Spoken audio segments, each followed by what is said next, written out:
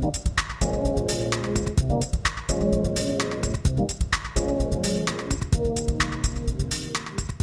to the Profit Wizard. Today we've got Lynne Le Gros here from Telecom, who deals with small and medium enterprises, and I'm going to get Lynne to tell us a little bit about what she does.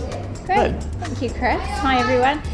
So I'm Lynne Le Gros. I head up business marketing for our SME customers, so small and medium enterprise customers within telecom retail. So what that means is that my team is responsible for our marketing activity out to our small and medium enterprise customers, working out alongside our product guys the long-term or permanent offerings we'll have in terms of our products, whether it's business landline or broadband or mobile or our IT services, and any tactical activities or any short-term offers we might do. So we might be doing 2 months free or double minutes on mobile or something like that. And then we also do ongoing communications programs, so activity based on points across the customer life cycle. So maybe when a customer joins us, welcome to Telecom, getting a new service, getting you off to a good start, up and running. Along the way, providing some information and maybe some inspiration on what you can do with your service, as well as those critical things around when your contract's coming up to an end, making sure that we talk with you and reconfirm that relationship to Telecom, and also throughout the lifetime that you're with us to make sure that you're on the right plan with us, so you've got what you need from us, because we know that things change, and we need to make sure that we keep working with our customers to keep current and relevant, and so you've got the best from us, because I'm sure that our customers are not expert in telecom products and they would really like us to guide them. Yeah, because I was just going to say that one of the interesting things you just said, to me, interesting anyway, was that educating some of the business owners about what the products can do, because sometimes you see something and go, and I'm just picking something out of the thin air, an iPad. What the hell am I going to do with an iPad? Well, you can use it to do presentations, you can do all this sort of thing. So obviously there's more technical products and stuff that you have that maybe you want to be able to explain how that works and that sort of thing. How much does Telecom do with that? So we have a large number of frontline people or salespeople. We've got a number of channels that look after our business customers. So in the small enterprise space, we have our call centres. So we've got 126, which I'm sure a lot of people have used. So they're a business service centre, so if anything, you want to change something or buy something, talk about your bill, most people will be familiar with ringing 126. We also do proactive calling out to our customers to do health checks and welcome calls, etc. Maybe right rate planning, getting them on the right plan when needed. And then we have our physical points of presence. So over the last 12-15 months, we've set up telecom business hubs.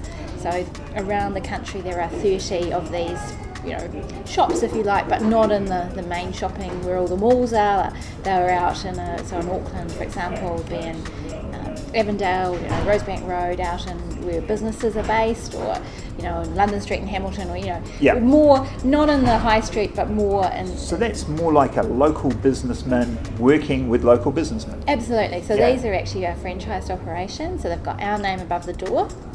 Telecom Business Hub.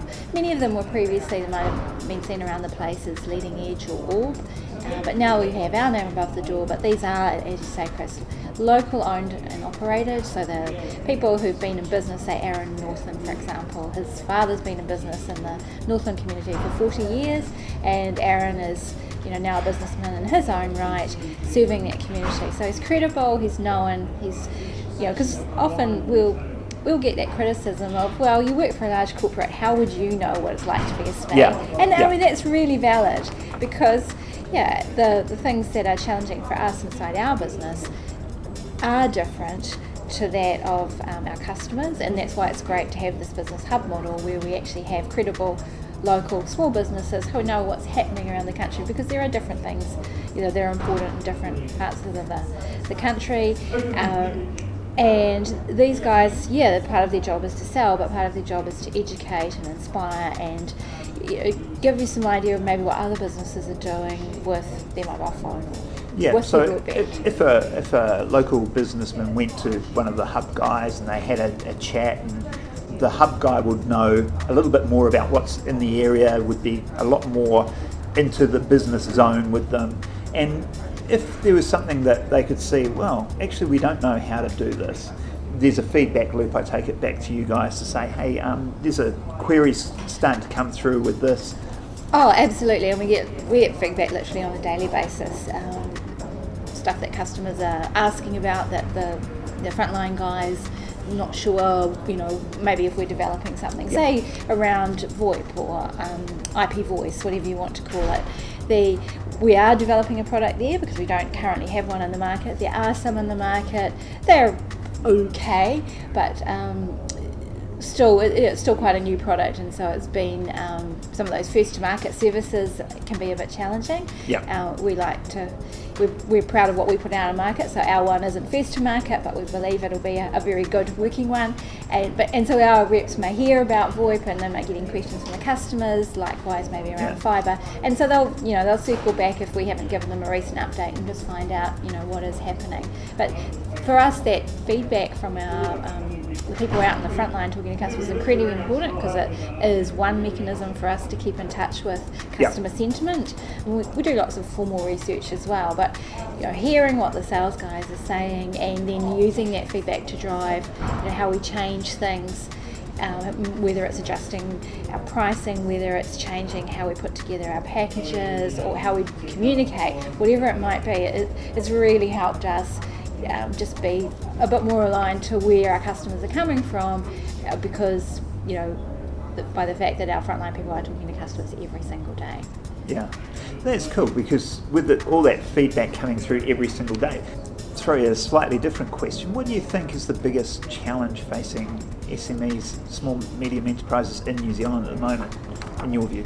I think there's probably several, Chris. I think cash flow has probably always been a challenge for many, particularly smaller businesses. Yeah. A lot of businesses, from what I've observed, get into business but are not necessarily got all those commercial, like running a business, invoicing, marketing experience around them. So they might be an expert at photography or engineering or whatever. So some of those more admin things can sometimes trip them up. And that often leads to cash flow. We're still very much, I guess, working our way through the aftermath of the official recession, and I think business, we certainly saw, it's happened internally to us as well, we saw us relook at our business and look to how to become more cost effective, and we've certainly heard that from customers, always looking for value, not necessarily cheapest price, but always talking about getting good value from what they're getting from us. From a telco perspective, I think our customers, they often tell us they don't really think about our services. They just kind of get it and then they do what they're about. It's when it goes wrong that they really care about their telco services. Yeah. And so they really are expecting us to be there for them when it, when and if it might not work, and to tell them, how long it will take and get it sorted. So basically, acknowledge there's a problem, tell me how long it'll take, and get it fixed and get me back up and running. In terms of the wider sphere, I think for our customers, in business, there's a lot of change happening. There's a lot of development in technology, whether that's around mobile phones and smartphones, and what can you do from your phone, and being less dependent on being in a physical office, and your office can now be your car or the cafe or wherever you might be. So learning how to use the tools to make you more productive, more effective, get more out of your workforce. And to give you what the customer wants, because more often now the customers say, well, I want to do it online, I want to do it with my phone, I want to do it with the website. Where's your website, where's your online, where's your mobile app or whatever? Absolutely, and I think that whole pace of our lives has, the old days where we used to send a letter to someone and be happy to wait a couple of days. Now we get a little bit itchy if we send an email and we have to wait a couple of hours for a response. So there's a lot more instant gratification that we're looking for, faster pace of response. And our customers, we expect, I know I expect that as a customer, and as you say, Chris, it's when you want to book that flight or look up that novel, it's the customer, the end customer is much more in control now and demanding, and we're hearing our customers tell that to us, and expect more from us at a quicker, but still with quality. And fortunately for Telecom, we've been around for a long time, and we are proven at what we do in the telco space, and that still is really important to our customers, particularly as I said before. If something goes wrong, that's when a proven provider is worth their weight in gold. Oh, absolutely. I mean, you said it before.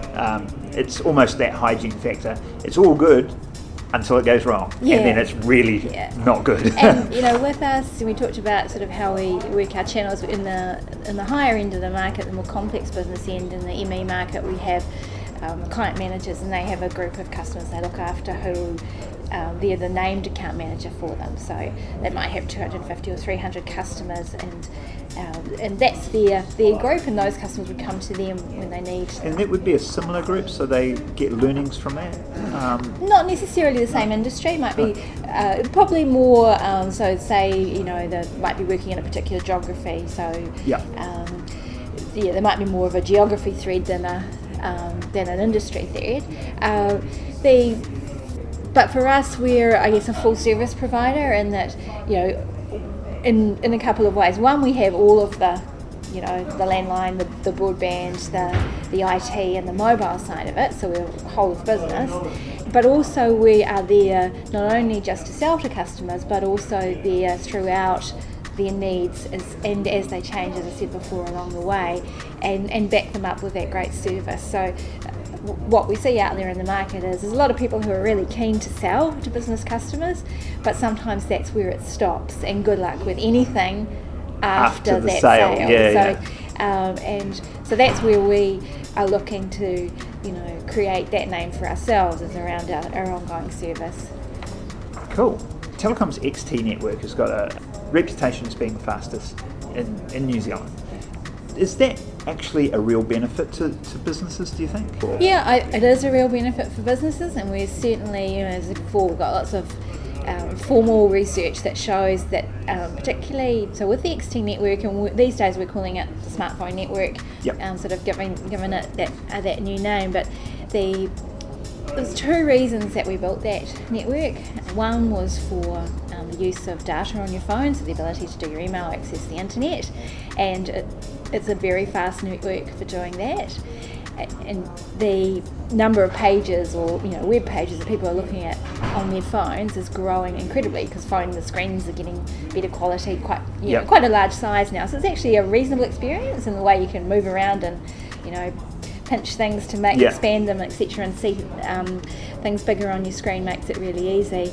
The other significant benefit of the smartphone network is that seamless roaming capability, and a lot of business customers travel quite a lot. Australia, very popular destination, but also going further afield into China and the UK and into America particularly. But previously with our old network, roaming was really difficult and really hard, and now it's literally, when the plane lands, you turn on your Telecom smartphone, you're up and running and working, and it's that easy. And but back home, the network speeds for data, yes, that's where it makes a difference. So more and more customers are using the email on their phone, looking at files, maybe not so much editing them, but definitely viewing stuff and keeping in touch with the office. There's a great example at a business function I was at recently, where a business owner was telling me that on the Thursday before Easter, he was on down in Queenstown going up a chairlift. It's not ski season yet, but going up to enjoy the views, and he was looking at his payroll file for his staff and sent them a picture of him on the chairlift and wished them a nice Easter, all from his phone. So it's literally, these days, where you are is irrelevant. You can have your total office and your desktop with you wherever you go. I think a lot of people now would be totally lost without their smartphone. I know I'd be pretty but lost without. For a lot of people, going back to the education point, it seems like a big leap, and so how do you get there? And and that's where we can definitely help through our teams in terms of, you can come into any one of our retail stores, so the ones on the high street, and we'll give you a little tutorial on your phone and show you how to drive your phone. I've done that myself in store. Help someone work out how to put their contacts in or set up their voicemail, because the first time through it's really quite tricky, but when someone shows you, it's actually really easy. I've had the same experience, and one thing I will say too, I was quite impressed. We went and did some shopping at mystery shop, like if you like, a few different stores. So the others, 2 Degrees, Vodafone, Telecom, and some others. And one thing that really stood out for me in that when we did it was that the Telecom stores had live handsets. Some of the others, they were all fake handsets, like a screen. You can't actually turn them on. So that was interesting to me. Big question at the moment, so this is the news, the latest news, is this mobile payments thing. What's your take on that? How big will the takeoff of that be? Is this something that's a bit of a trial and maybe it will happen, or this is definitely going to be the way of the future? Or I think New Zealand is quite a strong country for adopting new technology.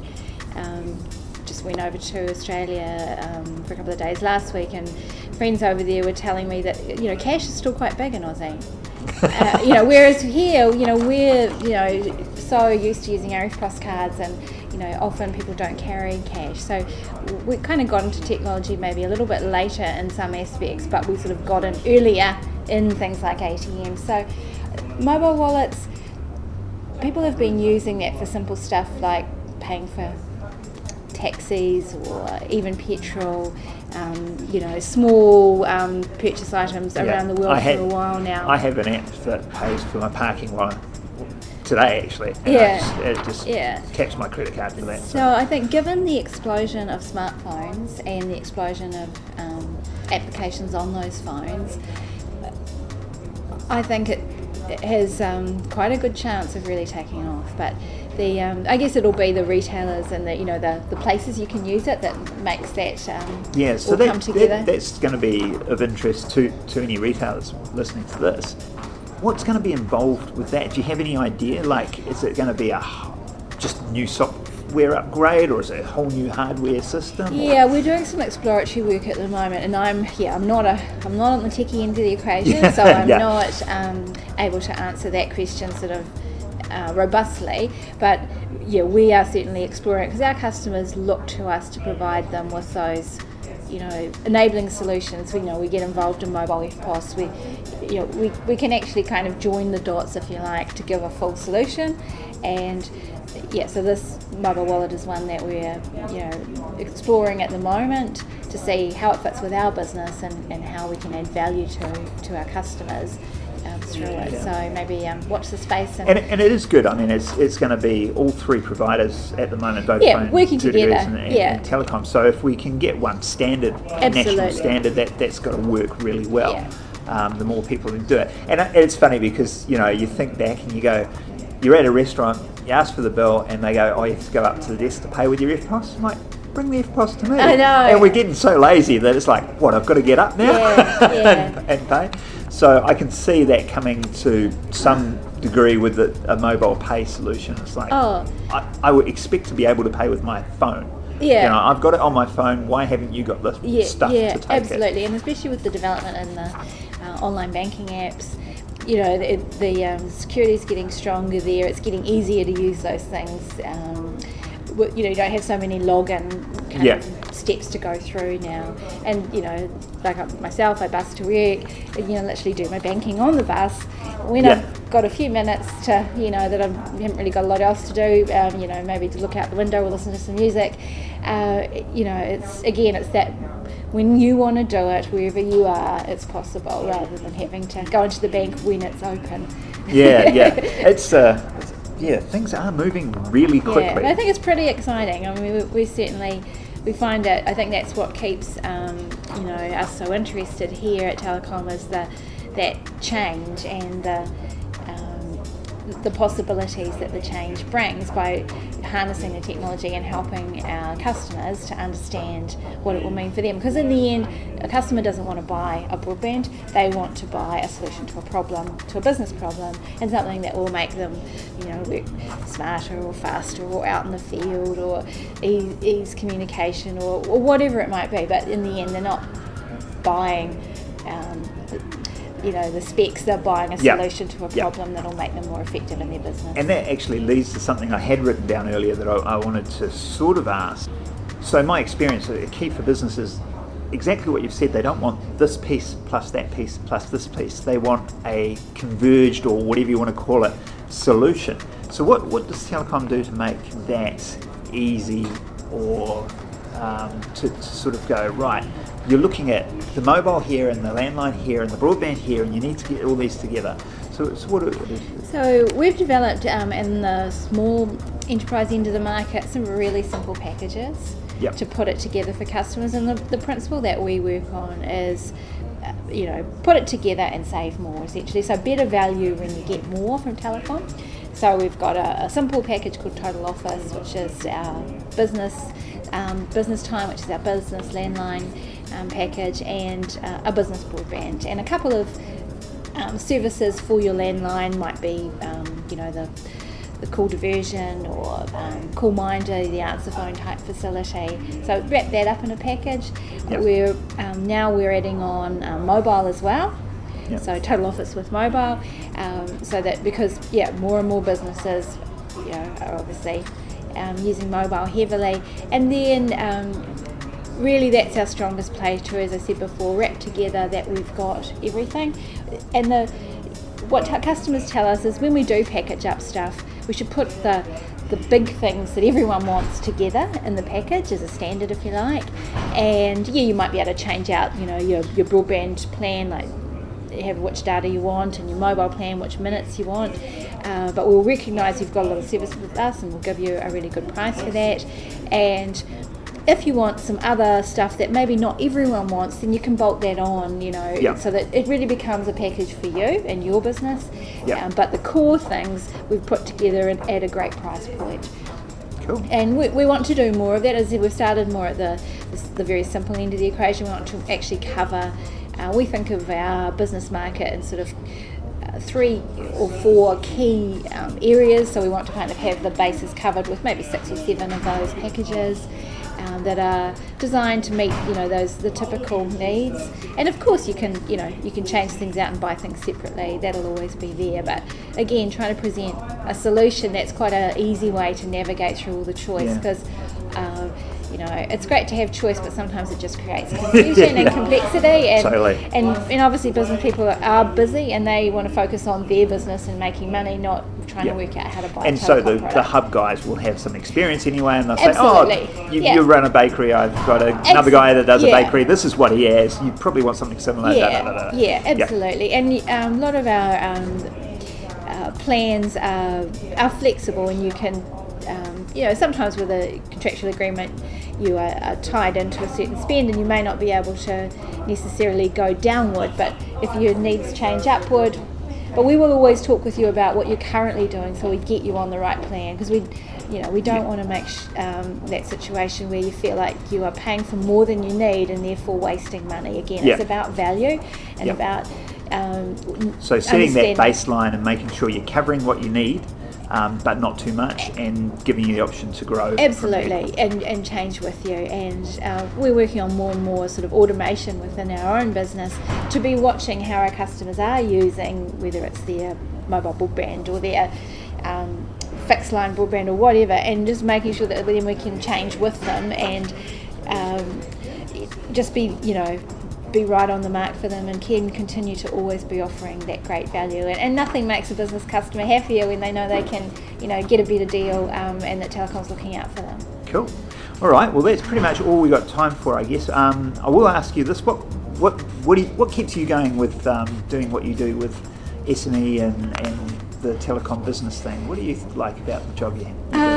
Well, what I like about it is hearing our frontline guys, the guys in our channels, talk about how much they love helping our customers, and what they tell me is how much they love helping customers to get the right stuff from us, and I get a real buzz out of hearing that, and also knowing that my team has helped have the right stuff so that the sales guys can sell it. So in doing that together, because it is very much a team effort. We're a large company. If we don't work together, it doesn't work. So I get a real buzz out of bringing the team together, and and having happy customers. That's there's nothing better for a customer to look you in the eye and to tell you that they really enjoy their new phone or got good service from Telecom. To me that's the reward. Cool. All right. Well, thank you very much, Lynn, for coming along. And I think we'll have a link below this just to where they can get more information on and find out their local hub and stuff like that. So that'd be great. Great. Thank you, Chris.